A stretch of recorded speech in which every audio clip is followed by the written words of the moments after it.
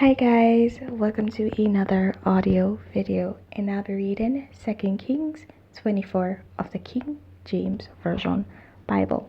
And it reads, In the days of Nebuchadnezzar, king of Babylon, came up, and Joachim became his servant 3 years. Then he turned and rebelled against him. And the Lord sent against him bands of the Chaldees, and bands of the Syrians, and bands of the Moabites, and bands of the children of Ammon, and sent them against Judah to destroy it, according to the word of the Lord, which he spake by his servants the prophets.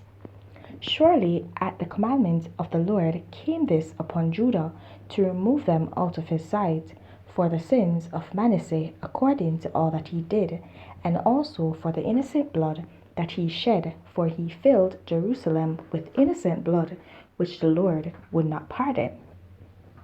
Now the rest of the acts of Joachim, and all that he did, are they not written in the book of the Chronicles of the kings of Judah? So Joachim slept with his fathers, and Joachim his son, and Joachim, his son, reigned in his stead. And the king of Egypt came not again any more out of his land, for the king of Babylon had taken from the river of Egypt unto the river Euphrates all that pertained to the king of Egypt. Jehoiachin was 18 years old when he began to reign, and he reigned in Jerusalem 3 months, and his mother's name was Nehushta, the daughter of Elnathan of Jerusalem. And he did that which was evil in the sight of the Lord, according to all that his father had done. At that time the servants of Nebuchadnezzar, king of Babylon, came up against Jerusalem, and the city was besieged. And Nebuchadnezzar, king of Babylon, came against the city, and his servants did besiege it.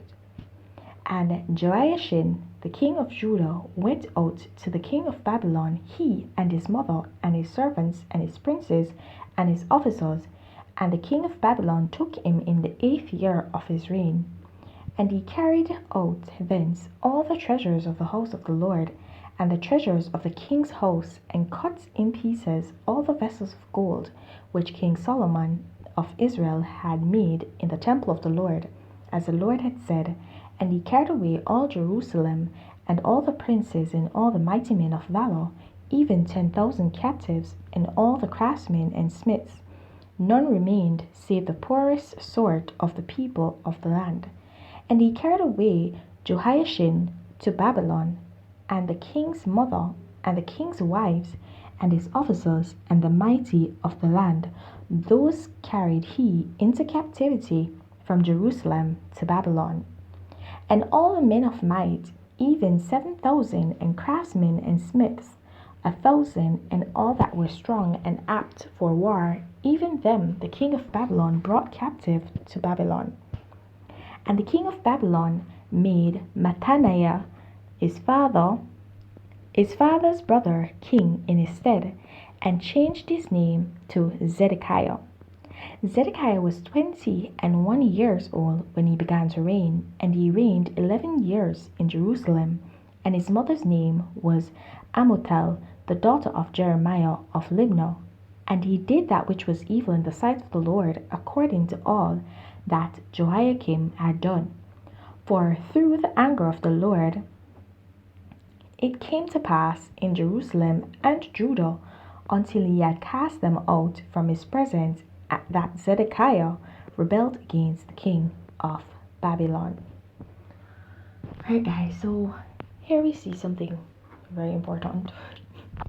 The Lord's words coming to pass yet again, where the children of Israel are taken captive, children of Judah are taken captive by Babylon.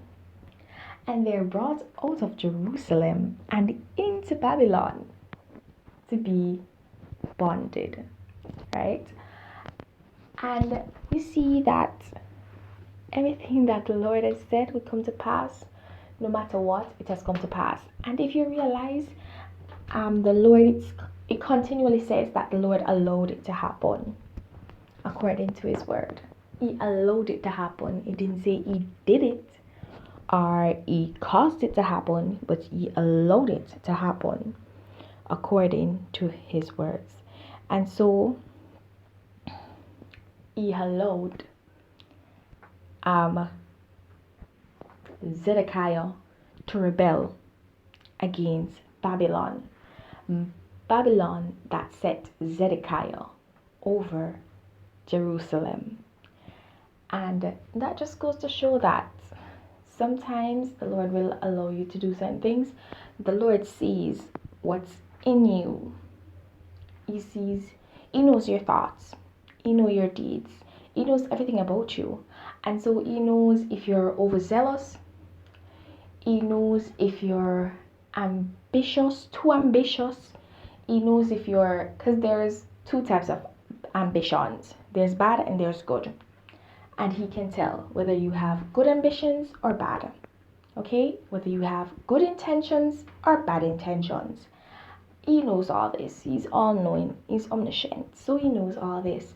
And he knows what to allow in order to allow for you to go down a certain path, for you to take a certain path.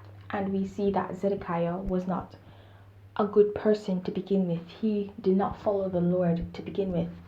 And so he was put over Jerusalem, and he obviously wanted the power for himself. And so he decided to rebel against Babylon and obviously failed. Okay, so the Lord allowed all this to happen because he was angry with them and because of all the innocent blood that has been shed by their generations. And Manasseh being mentioned as one because Manasseh actually was the one that burnt his son in the fire to Molech. And we see other atrocious acts that is brought upon Israel. It's brought upon Judah, right? I'm gonna stop saying it, Judah. And we see where the Lord is causing Judah to be wiped out of his sight, as he did with Israel. Because if you realize you haven't heard anything about Israel until this point, yeah, if you didn't realize, you stopped hearing about Israel and you've only started hearing about Judah and Jerusalem. Okay, so just in case you didn't realize, I hope that was brought to your attention. So the Lord no longer remembered Israel. He no longer looked out for Israel or looked after Israel, but his grace still abounded somewhat with Judah. But he had become so angry against them because of all the atrocities that they've begun to do, to carry out, that he decided that he had to let go of Judah as well. He had to wipe them out from his sight. Also, he was giving them favor and grace because of David's sake, but he now needed to wipe them out from before him because they were not of him anymore. And even though a few may come that are of him, the sin, the what do you call them? The stain of sin still remains in them, and it's embedded very deep. It's very deeply embedded in them, and so it's hard to get that out now. And the Lord just needs to take action, and so he decides that he needs to take action. Okay, and guys, let me tell you, this just goes to show that the Lord's grace is sufficient. However, at one point in time, his grace will run out and his patience will run out, and he will turn away from you. And once the Lord turns away from you, there's no going back, let me tell you that. And you do not want that to happen. So I urge you to walk in the way of the Lord. If you haven't started, then start today. Okay, guys? have yourselves a blessed day.